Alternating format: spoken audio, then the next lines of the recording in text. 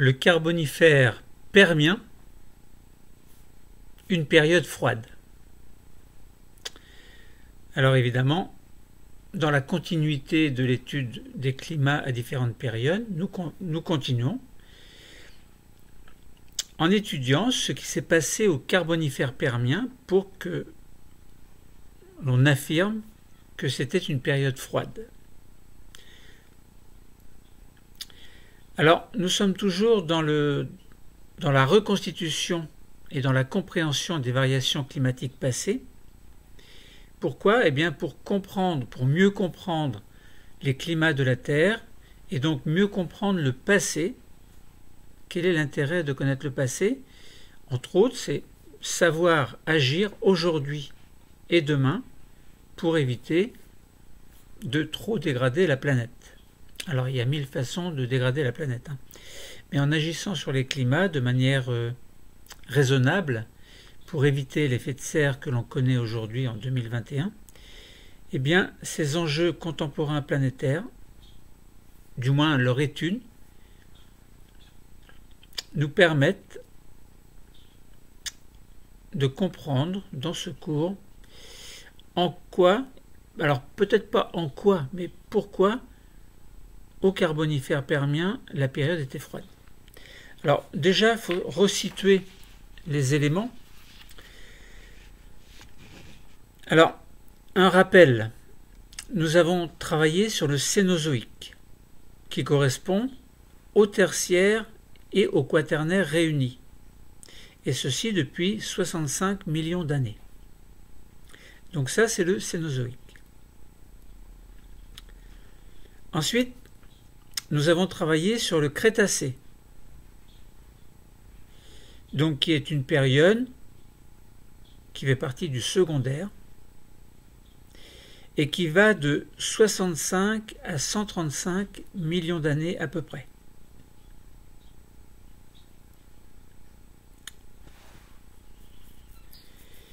Et aujourd'hui, donc, nous allons travailler sur le Carbonifère permien.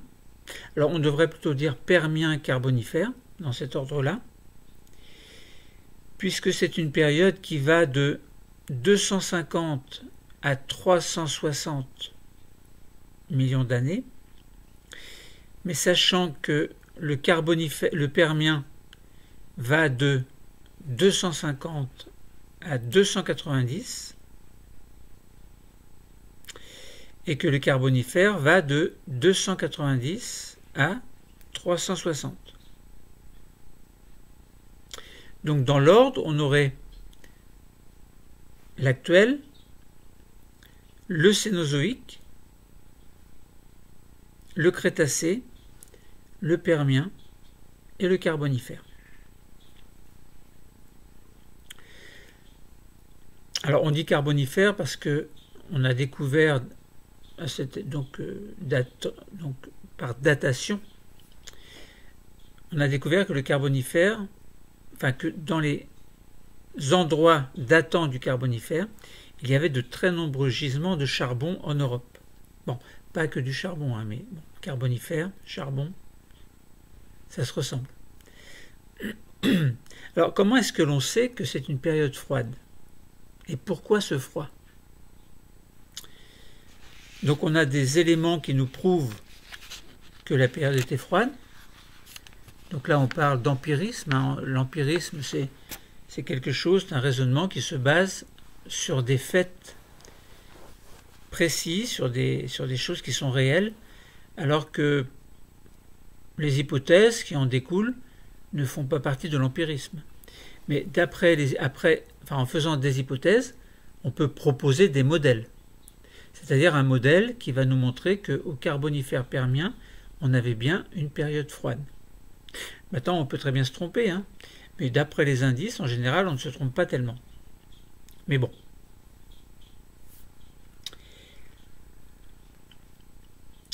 Carbonifère permien, une période froide.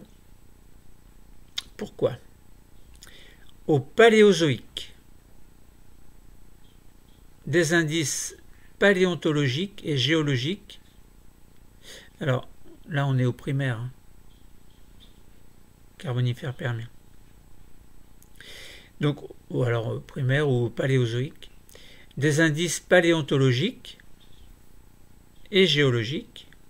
Alors c'est quoi paléontologique? La paléontologie, c'est la recherche d'êtres vivants, par exemple fossiles. Alors quand on dit être vivant fossile, c'est complètement ridicule. Un fossile n'est pas vivant, et un être vivant n'est pas un fossile. Bon.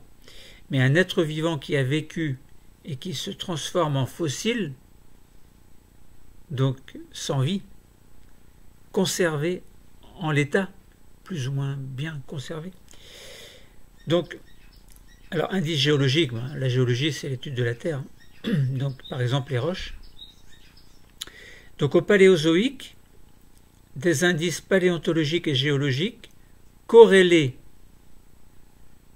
à l'échelle planétaire et tenant compte des paléolatitudes, c'est-à-dire des latitudes anciennes, sachant qu'actuellement, si vous partez de l'équateur, vous allez vers les hautes latitudes, c'est-à-dire vous allez vers le pôle nord ou le pôle sud par exemple. Donc vous avez des lignes parallèles qui correspondent à des latitudes qui sont représentées de l'équateur jusqu'au pôle. Donc je répète qu'au paléozoïque, des indices paléontologiques et géologiques corrélés à l'échelle planétaire, ça veut dire qu'on les met en relation sur l'échelle de la planète entière, et tenant compte des paléolatitudes, donc des anciennes latitudes que l'on repère par des indices, en fait, eh bien, ces indices paléontologiques et géologiques nous révèlent une importante glaciation au Carbonifère permien.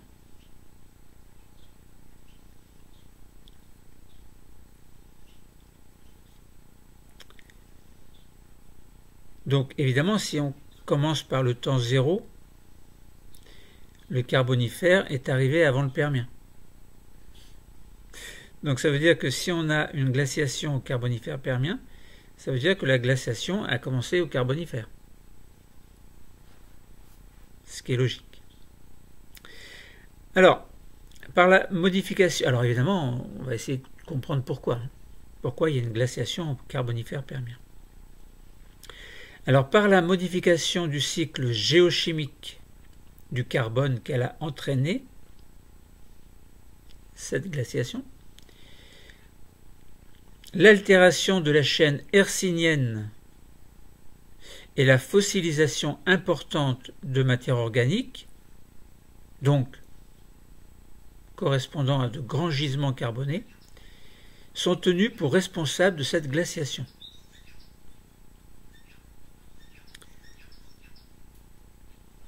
Donc, on dit glaciation Carbonifère permien. Le cycle géochimique du carbone qu'elle a entraîné, l'altération de la chaîne hercynienne et la fossilisation importante de matière organique sont responsables de cette glaciation. Alors évidemment, on se pose la question, pourquoi est-ce que le cycle géochimique du carbone est en relation avec la glaciation? En quoi est-ce que l'altération de la chaîne hercynienne est en relation avec la glaciation? Alors là, on a peut-être déjà un indice, parce qu'on avait vu que l'altération des plagioclases demandait la consommation de CO2. Donc ça voulait dire que dans l'atmosphère, il y avait moins de CO2, donc moins d'effet de serre, donc les températures refroidissent. Donc là, on a peut-être un indice que l'on connaît déjà, concernant l'altération de la chaîne hercynienne. Et puis, en quoi la fossilisation de matière organique intervient également dans la glaciation qui a été observée au Carbonifère permien. Donc voilà des problèmes à résoudre. Alors, nous allons, il est bon de savoir reconstituer un paléoclimat local à partir d'une variété d'indices paléontologiques ou géologiques, ou les deux, en tenant compte de la paléolatitude. Par exemple, la paléobiocénose. Biocénose, on a déjà parlé, hein. Paléo, donc c'est l'ancienne biocénose. Donc paléobiocénose des forêts carbonifères de Montceau-les-Mines par rapport à d'autres indices localisés à d'autres endroits de la planète. Donc là, à Montceau-les-Mines, que l'on va étudier tout à l'heure, nous verrons qu'il y avait une certaine biocénose ancienne, donc qui a disparu, hein, donc correspondant à des forêts carbonifères à Montceau-les-Mines. Donc là, on n'est pas dans le Permien, mais on est bien dans le Carbonifère. Et puis, il faut savoir également exploiter des bases de données pour reconstituer les paléoceintures climatiques, savoir reconstituer l'extension de la glaciation permienne à partir de la distribution des thyllites. Donc les thyllites, ce sont des roches qui sont caractéristiques de glaciation, en fait. Savoir exploiter des équations chimiques associées aux transformations d'origine géologique pour modéliser les modifications de la concentration en CO2 atmosphérique. Donc tout à l'heure, je vous ai dit altération par exemple des plagioclases de granit, consommateurs de CO2. Bon, avec les conséquences que vous savez, c'est-à-dire moins de CO2 dans l'atmosphère, donc moins d'effet de serre, donc les températures refroidissent. Et puis savoir mobiliser des connaissances antérieures sur le cycle du carbone au niveau de la sphère de vie, c'est-à-dire la biosphère, et puis enrichir ces connaissances concernant les réservoirs géologiques correspondant à des carbonates et aux matières organiques fossiles, et puis les interactions évidemment que l'on peut en tirer. Donc Carbonifère permien, donc de 360 à 250. Alors le Carbonifère, «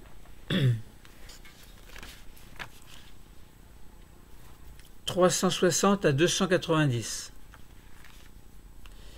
et le Permien 290 à 250.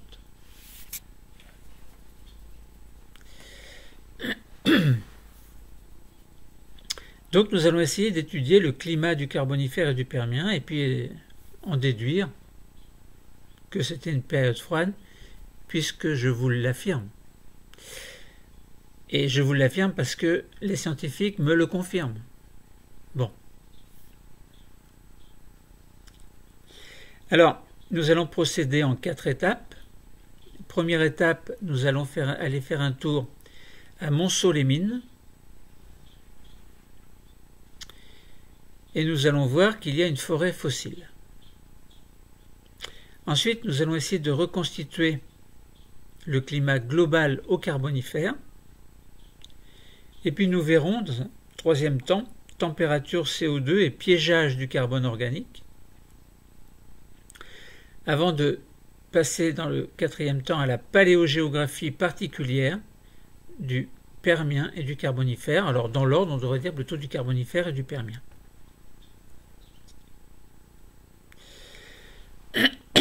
Alors, si vous regardez sur Internet, donc vous tapez Montceau-les-Mines, essayez de trouver des documents qui permettent de vous montrer la reconstitution de la forêt houillère.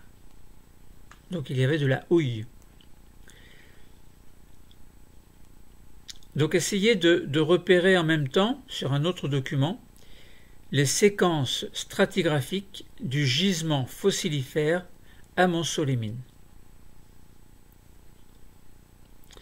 Et puis regardez, essayez de trouver une photo sur les végétaux dans des nodules sidéritiques.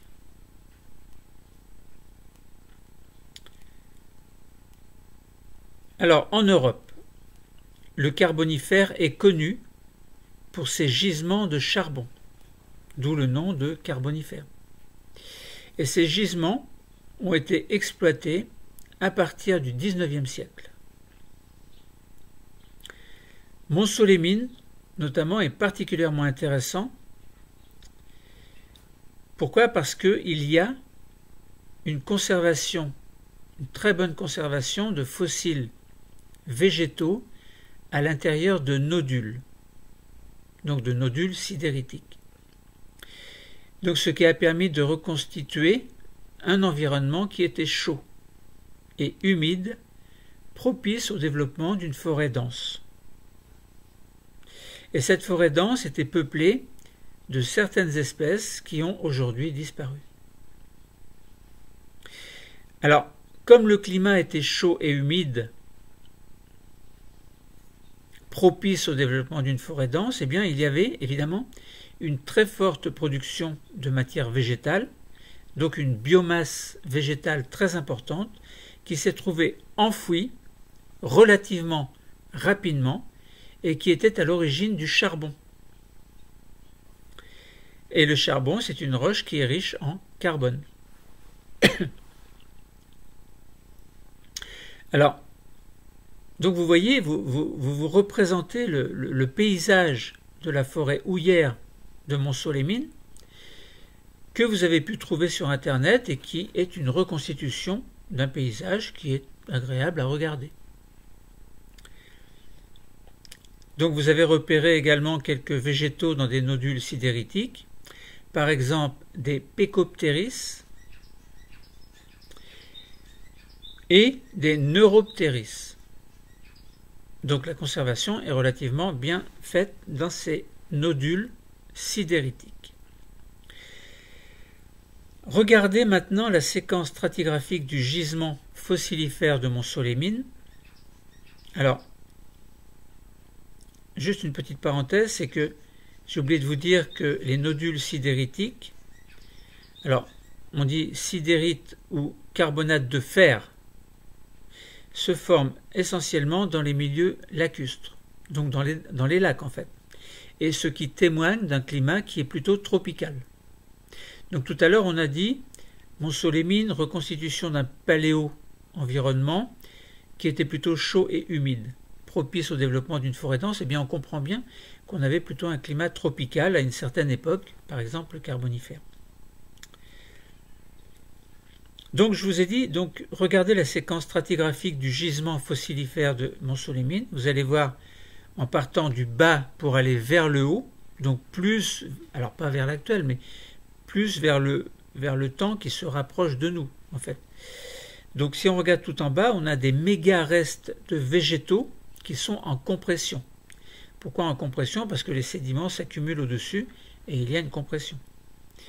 On trouve au-dessus des nodules sidéritiques. Donc là, ça veut dire qu'on était dans un climat tropical, chaud et humide, où les nodules sidéritiques enferment quelquefois des Percopteris ou des Neuropteris. Et puis, au-dessus, on a des carbonates de fer également, des argilo-siltites, et encore au-dessus du charbon, et puis encore au-dessus des grès. Donc là, on a bien un exemple de paléoclimatologie à l'échelle locale de Montceau-les-Mines.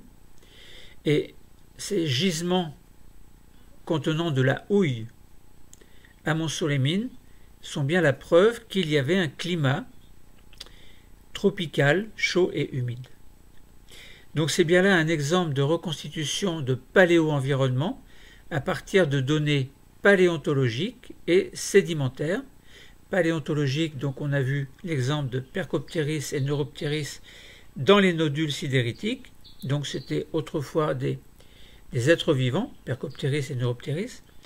Donc ça c'était bien des données paléontologiques et puis sédimentaires correspondant à la séquence stratigraphique que nous avons vue avec les méga restes alors végétaux, donc c'est plutôt paléontologique, mais on avait bien des nodules sidéritiques sans tenir compte de Percopteris et Neuropteris. On avait bien donc quelque chose qui fait partie des sédiments. et qui s'est transformé en nodules sidéritiques. Puis on avait des carbonates de fer, des argilosiltites, du charbon et des grès. Donc là, on a bien le côté données sédimentaires qui nous montre bien que si on compare par rapport à l'actuel, eh bien on avait bien un climat tropical chaud et humide. Donc on avait bien à Montceau-les-Mines, autrefois, une forêt dense sous un climat chaud et humide correspondant à l'époque du Carbonifère. On avait bien de nombreux fossiles végétaux, la présence de charbon également, qui résultait d'une importante production de matière végétale. On avait bien des nodules de sidérite qui s'étaient formés en milieu lacustre et donc sous un climat tropical. Et on a montré que l'existence d'un climat chaud et humide en France peut étonner. Enfin, on ne l'a pas montré, mais on peut s'en étonner parce que le climat aujourd'hui, il est tempéré. Donc on peut se demander pourquoi. Donc on a dit c'est une période froide. Et pourquoi est-ce que l'on dit que le climat était chaud et humide? Donc là, il faut prendre conscience que le climat à l'échelle locale n'est pas forcément représentatif du climat à l'échelle globale. Donc on va essayer d'expliquer ce paradoxe en étudiant la position équatoriale de la France au Carbonifère. C'est ce que nous verrons tout à l'heure. Donc là, la reconstitution que nous avons faite, eh bien, elle montre bien qu'il y avait une forêt dense avec de nombreux fossiles végétaux et une fossilisation de cette matière organique sous forme de charbon. Et ceci sous un climat chaud et humide, notamment on le sait parce qu'il y avait une présence de sidérite qui est formée en climat chaud et humide. Donc ça veut dire qu'on avait... Enfin, ça ne veut pas dire, mais or, on s'aperçoit... Enfin, nous allons voir que il y a une forte extension, pourtant, d'une calotte glaciaire dans l'hémisphère sud, ce qui traduisait un climat froid. Donc comme on l'a dit, c'est un petit peu paradoxal, on va essayer d'expliquer pourquoi. Est-ce que l'on dit que le climat était chaud et humide, climat tropical, et pourquoi est-ce que l'on dit que on va avoir une forte extension de calotte glaciaire dans l'hémisphère sud et qui va traduire un climat froid? C'est ce que nous allons essayer de comprendre tout à l'heure. Donc ceci pourrait être confirmé par la modélisation de la température globale, et ceci on va revenir à l'étude du delta O18 des sédiments océaniques que nous avons déjà étudié dans d'autres cours et qui vont montrer que la température très faible, la plus faible en 600 millions d'années, était bien présente à ce moment-là. Donc le climat chaud de Montceau-les-Mines est donc une exception dans un monde qui était particulièrement froid. Alors, donc on avait dit que dans les sédiments, bon non, ça je ne vais pas en parler parce que sinon on va aller trop loin. Donc on va essayer d'expliquer ce paradoxe. Alors, donc essayons de reconstituer le climat global au Carbonifère. Donc on a vu que Montceau-les-Mines c'était une exception locale, climat chaud et humide. Bon. Alors, à l'échelle globale, on peut avoir une représentation de paléoceinture climatique en utilisant simplement des indices géologiques. Et ces indices, ça peut être des gisements, notamment des gisements de charbon, et puis ces fameux thylites qui sont la preuve qu'il y a des calottes polaires. Donc si on regarde au Carbonifère, il y avait ici et là donc des gisements de charbon et des thylites. Notamment à l'hémisphère sud, il y avait beaucoup de thylites, un petit peu moins à l'hémisphère nord. Donc on s'aperçoit que, alors actuellement, on a on a des gisements de charbon encore, notamment au niveau de l'hémisphère nord, et au niveau de l'hémisphère sud, on a plutôt des thylites. Bon. Et là, on a bien un climat froid. Donc si l'on compare entre le Carbonifère il y a 300 millions d'années et l'actuel, où actuel on a donc des thylites qui sont représentatifs de calottes polaires froides dans l'hémisphère sud, et on s'aperçoit qu'il y a 300 millions d'années, si on refait les paléoclimats, on s'aperçoit qu'il y avait beaucoup de thylites dans l'hémisphère sud, et donc le principe de l'actualisme nous dit que si actuellement on trouve des thylites dans l'hémisphère sud, et que si l'on voit qu'il y a des thylites dans l'hémisphère sud au Carbonifère il y a 300 millions d'années, alors on déduit qu'il y avait une calotte polaire froide et donc on était dans un climat froid, au moins dans le sud, dans dans le pôle sud. Alors que là, dans le pôle nord, on voit pratiquement rien, bon, à part des gisements de charbon actuellement dans le pôle nord. Et dans le pôle nord du Carbonifère, on trouve également des gisements de charbon, mais un petit peu moins vers le pôle, plus vers l'équateur. Alors pas l'équateur, mais plus vers les tropiques. Donc, ça veut dire que on a mobilisé des méthodes de reconstitution de paléoceinture climatique à partir de données sédimentaires. C'est ce que l'on vient de faire. Et donc, on peut replacer des indices sédimentaires, donc par exemple les dépôts de thylite et les mines de charbon, sur le globe actuel et sur une reconstitution paléogéographique du Carbonifère supérieur.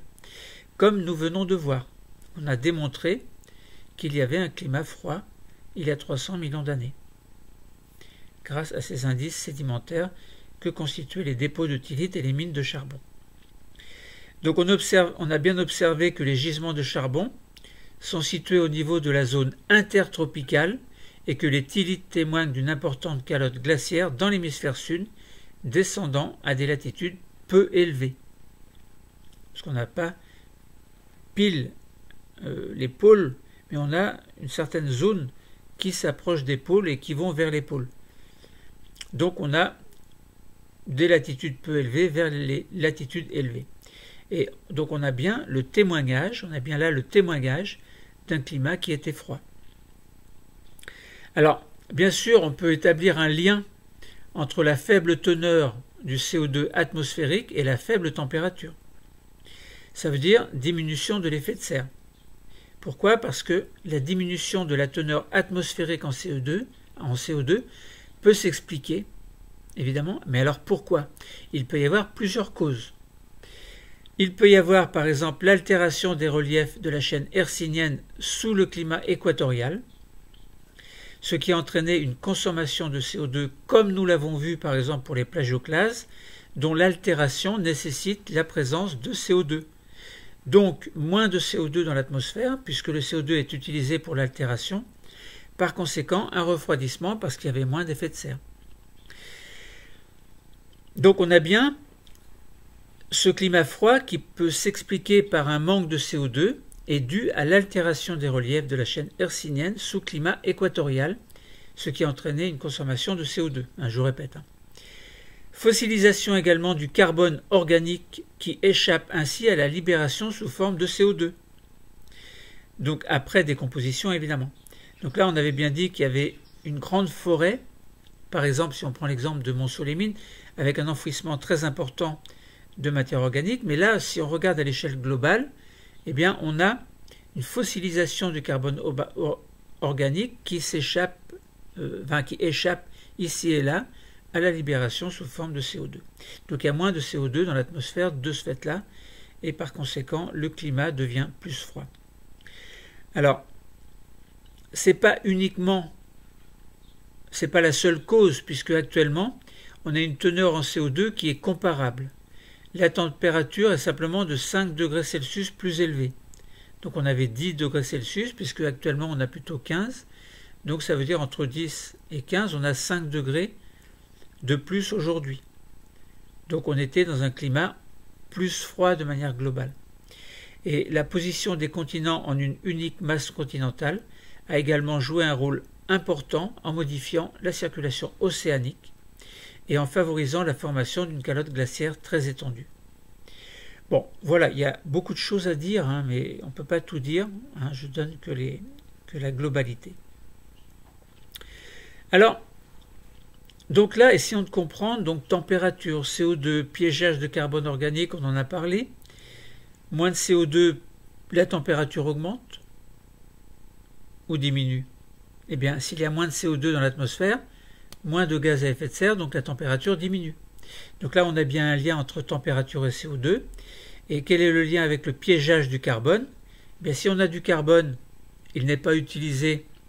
Si par exemple vous prenez un arbre qui tombe, vous le brûlez, donc il se dégage du dioxyde de carbone. Mais si cet arbre, vous l'enfouissez, il ne brûle pas, donc vous allez piéger du carbone organique qui aurait pu devenir du dioxyde de carbone. Mais comme l'arbre est enfoui, eh bien on a ce CO2 en moins qui aurait pu être fabriqué, donc ça renforce le fait ou l'idée que le climat se refroidissait encore plus dû au fait qu'il y avait moins de gaz à effet de serre. Donc là, vous pouvez essayer de trouver un graphique qui présente les résultats de plusieurs modèles construits par des paléoclimatologues. Vous pouvez avoir le modèle de température basé sur l'étude des isotopes de l'oxygène des sédiments organiques. Vous pouvez avoir un modèle de l'évolution de la teneur atmosphérique en CO2, prenant en compte plusieurs données, notamment fossiles, les indices stomatiques dont nous avons parlé et dans un cours précédent, et les roches sédimentaires. Voilà, donc voilà, alors correspondant aux indices stomatiques, plus il y avait de stomates sur une feuille, par exemple, on avait pris l'exemple de ginkgo fossile. Donc il faut savoir que plus il y a de stomates sous une feuille, et moins l'atmosphère est riche en CO2. Et moins il y a de stomates sous une feuille, et plus l'atmosphère est riche en CO2. Donc la plante s'adapte s'il n'y a pas assez de CO2, puisque le CO2 est indispensable pour la photosynthèse. Donc s'il n'y a pas assez de CO2, eh bien, dans l'atmosphère, donc le fait de mettre de fabriquer beaucoup de stomates de la part de la plante, fait qu'il y a beaucoup de petits endroits de passage du CO2. Donc ça veut dire qu'il y aura suffisamment de CO2 pour qu'il y ait suffisamment de photosynthèse pour que la plante puisse vivre. Mais s'il y a beaucoup de CO2 dans l'atmosphère, ça veut dire qu'il n'y a pas besoin de plein de stomates pour faire entrer l'air, puisque 2 entrées ou 3 entrées, admettons, suffisent à entrer l'équivalent de CO2 par rapport au fait que s'il y en avait beaucoup et moins dans l'atmosphère. Bon. Et puis vous pouvez avoir également un modèle de piégeage du carbone issu de la matière organique dans des roches sédimentaires, par exemple le charbon, le pétrole et les gaz naturels également. Il n'y a pas que les roches. Bon. Donc ça veut dire que vous trouvez sur Internet un document où vous allez avoir donc en fonction du temps, donc de 0 à 600 millions d'années à peu près, bon, admettons, eh bien vous allez trouver donc RCO2, le RCO2 en fonction du temps. Le RCO2, c'est la masse de CO2 atmosphérique au temps T, divisé par la masse de CO2 actuelle. Donc vous allez voir que ce RCO2, eh bien, il est élevé entre 600,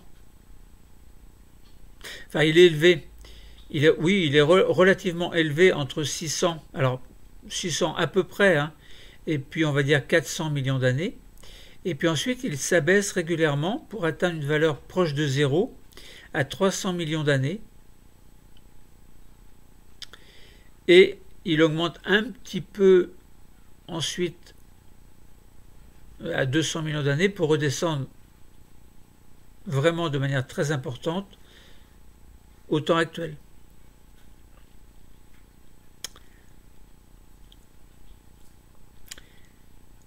Donc ça veut dire que cette masse de CO2, en fait, elle était forte il y a 600 à 400 millions d'années, mais elle était très faible, voire nulle, il y a 300 millions d'années. Donc ça veut dire quoi? Qu'il y avait moins de CO2 dans l'atmosphère, voire qu'il n'y en avait pas du tout, ou presque pas, ou comme actuellement. Voilà. Donc ça veut dire qu'on était plutôt dans un climat froid, puisqu'il y avait moins de CO2. Ensuite, il y a eu une légère augmentation entre 300, enfin à peu près 250 et puis 150, on va dire, avec une diminution radicale jusqu'à aujourd'hui. Donc ça veut dire qu'il y avait de moins en moins de CO2 dans l'atmosphère. Ensuite, donc, on peut se demander pourquoi, où est parti ce CO2? Eh bien, si vous regardez le piégeage de CO2, de carbone organique en fonction du temps, eh bien, on s'aperçoit que là où il n'y avait plus de CO2 dans l'atmosphère il y a 300 millions d'années. Par contre, il y avait beaucoup de carbone organique piégé, puisqu'on atteignait des valeurs de 10 puissance 18 molécules, enfin 10 puissance 18 molécules par million d'années, en fait. Et donc,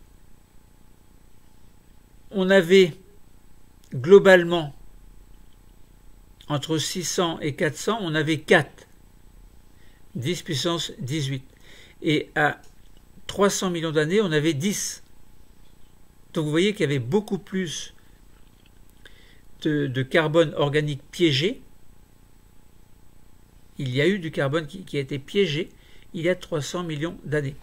Alors si vous regardez sur votre fiche 300 millions d'années, ça correspond à peu près à la limite carbonifère permien. Donc là, on comprend bien que ce carbone piégé et donc moins de CO2 dans l'atmosphère faisait en sorte que le climat devenait beaucoup plus froid. Et si on regarde la température, on s'aperçoit que effectivement,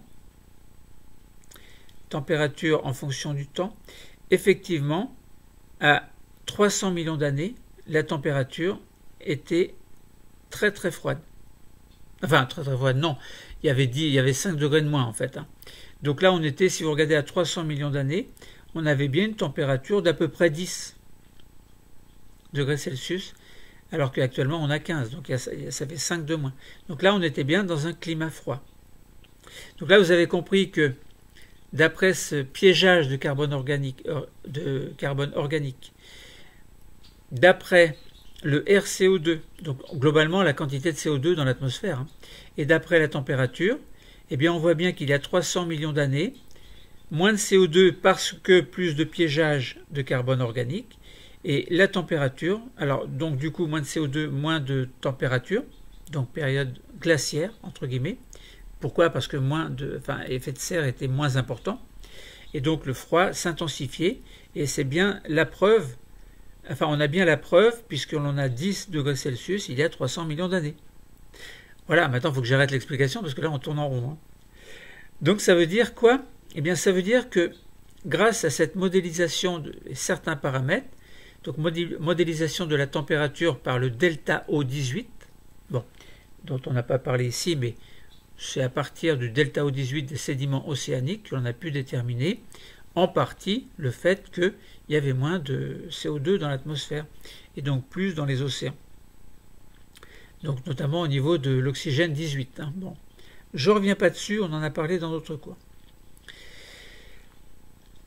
Donc on a bien compris, en modélisant la teneur atmosphérique en CO2, on a bien compris pourquoi la température du carbonifère permien était très froide. Donc il y a bien eu un piégeage du carbone qui a été estimé par l'étude des roches sédimentaires. On a bien observé les caractéristiques de cette période carbonifère permien, c'est-à-dire que 3 choses. Première chose, température globale particulièrement froide, 5 degrés de moins par rapport à aujourd'hui. Et donc on avait bien, également par rapport au Crétacé, on a 10 degrés, 10 degrés de moins par rapport au Crétacé. Et deuxième chose, donc faible teneur en CO2 qui était comparable au taux actuel avec 22 fois moins qu'à l'Ordovicien et 3 fois moins qu'au Crétacé, bon ça c'est une parenthèse. Et troisième chose, important piégeage de carbone dans les roches sédimentaires, 2,5 fois plus qu'aux périodes précédentes et suivant le carbonifère permien. Donc là on a bien compris, la relation entre température, CO2, piégeage de carbone organique, il y a à peu près 300 millions d'années. Alors on peut raisonner de part et d'autre de 300. Et puis on s'apercevrait que la température a augmenté en fait, mais bon, on ne va pas trop en parler. On reste sur le carbonifère permien. Alors, là, essayons de voir, de comprendre la paléogéographie particulière au carbonifère et au permien. Eh bien, essayez de trouver un document qui vous permet de reconstituer la paléogéographie à la fin du carbonifère. Donc, fin carbonifère, donc moins 300 millions d'années à peu près, et puis essayer de trouver un document concernant l'extension des dépôts glaciaires et les rapports isotopiques du strontium à la fin de l'ère primaire. Donc la fin de l'ère primaire, elle est marquée par la réunion de blocs continentaux en un seul continent qu'on appelait la Pangée. Et ce mécanisme a entraîné des conséquences. Alors, au moins 5 conséquences. D'abord, la formation de la ceinture orogénique hercynienne qui était située au niveau de l'équateur et qui a subi une importante altération. Piégeage de CO2. Moins de CO2 dans l'atmosphère. Moins d'effet de serre, le froid s'intensifie. Deuxième chose, présence d'une masse continentale importante aux latitudes élevées de l'hémisphère sud, favorisant la formation d'une calotte glaciaire. Albédo, etc. Si l'albédo augmente, ça veut dire qu'il fait plus froid. Troisièmement, les sédiments détritiques issus de l'érosion de la chaîne hercynienne se sont déposés dans des bassins sédimentaires situés sur son pourtour. Donc cette importante sédimentation a favorisé le piégeage de matière végétale qui a lentement évolué pour former du charbon. Donc ça veut dire que cette matière végétale carbonée, donc qui provient de la photosynthèse, en fait, si elle est piégée dans la sédimentation, donc ça fait autant de CO2 en moins. Donc moins de CO2, moins d'effet de serre, la température se refroidit. Quatrième chose, les décomposeurs présents sur les continents à cette époque n'étaient pas capables de décomposer la lignine. Donc d'énormes quantités de matière végétale ont ainsi échappé à la décomposition. Donc, encore une fois, matière organique piégée, moins de CO2, le froid s'intensifie parce qu'il y a moins d'effet de serre, moins de température d'effet de serre.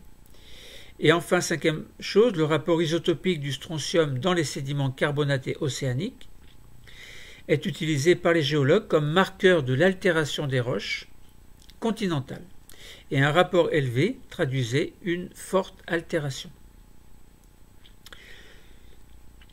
Donc, voilà, on avait donc, si vous regardez le rapport strontium 87 sur strontium 86 en fonction du temps, donc Trias, Permien, Carbonifère, Dévonien supérieur, eh bien, vous pouvez localiser l'orogénèse hercynienne, localiser l'orogénèse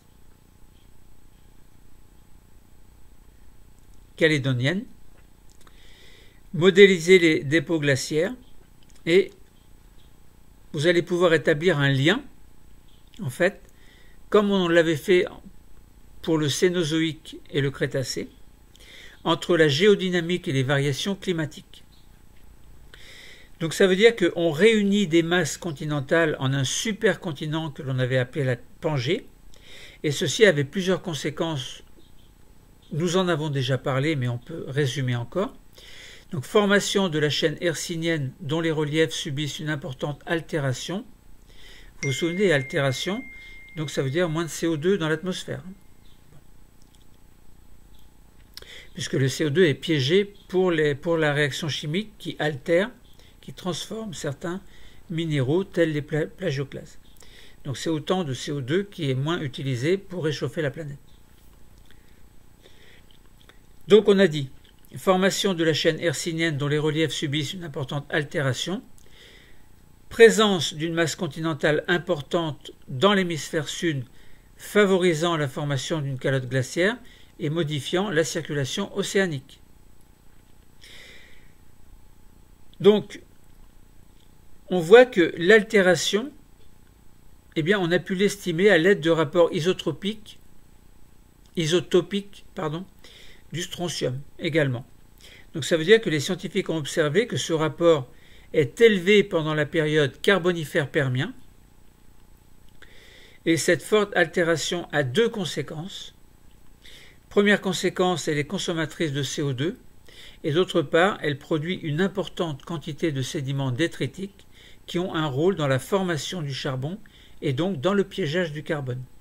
Donc ça fait autant de carbone en moins qui aurait pu se transformer en CO2, qui aurait pu s'accumuler dans l'atmosphère et qui aurait pu faire que la température augmentait. Or, ce n'était pas le cas. La température a diminué. Donc, on peut proposer maintenant un modèle explicatif du climat du Carbonifère permien, sachant qu'on était dans un refroidissement global. D'abord, on avait une réunion de masse continentale qui était réunie donc sous forme de ce que l'on appelle la Pangée. Pangée, donc ça veut dire formation de la ceinture orogénique hercynienne au niveau de l'équateur, tandis qu'il y avait une modification de la circulation océanique globale, donc plus large surface continentale au pôle sud. Ensuite, il y avait, dû à la formation de la ceinture orogénique hercynienne au niveau de l'équateur, une importante altération des reliefs, d'où, en plus, un enfouissement rapide de la matière organique végétale, d'où une diminution de CO2 produit par décomposition, d'où une diminution de CO2 atmosphérique, d'où une diminution de l'effet de serre, d'où un refroidissement. Mais si l'on revient sur l'importante altération des reliefs, on avait une consommation de CO2, donc une diminution de CO2 atmosphérique, donc une diminution de l'effet de serre, et donc un refroidissement global. Alors, on avait à travers ce refroidissement également, en parallèle pour expliquer ce refroidissement, on avait également des mécanismes amplificateurs que l'on a étudiés dans un autre cours, qui étaient l'albédo et la solubilité du CO2. Sachant que l'albédo, c'est le pourcentage de rayons qui est réfléchi par le soleil lorsque ces rayons arrivent sur une surface. Par exemple, si les rayons solaires arrivent sur une calotte polaire très très blanche, eh bien 100% des rayons sont pratiquement réfléchis. Donc ça veut dire que la Terre reçoit moins d'énergie solaire et donc se refroidit.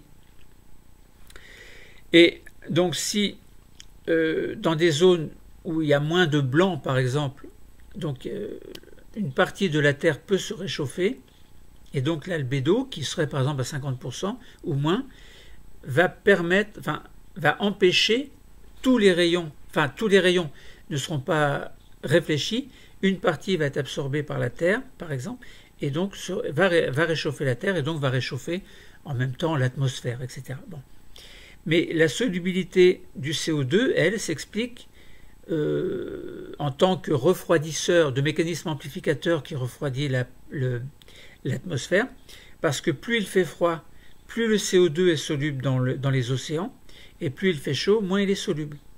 Donc plus il fait froid, plus de CO2 va se retrouver solubilisé, dissous dans l'eau, donc il y en aura moins dans l'atmosphère, et donc c'est un mécanisme amplificateur du froid, puisqu'il y a moins de CO2.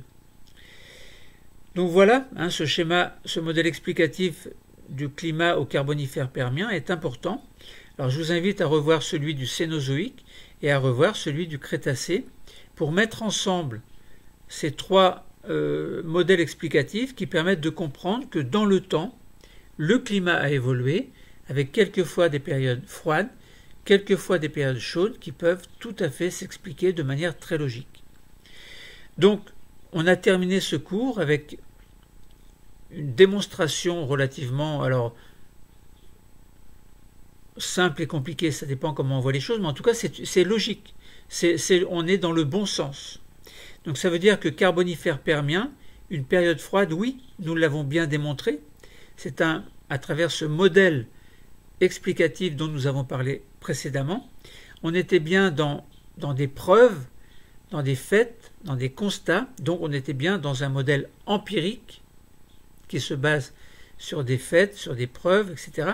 Après, c'est à nous, les scientifiques, de transformer ces faits établis en hypothèses, souvent par comparaison avec ce qui se passe actuellement, par les connaissances actuelles, et faire en sorte qu'on propose des modèles explicatifs basés sur de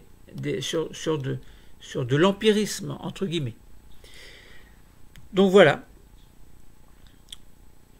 Nous avons terminé donc ces cycles de climat, hein, donc un bilan va être proposé dans un autre cours. Le cours est terminé. Merci.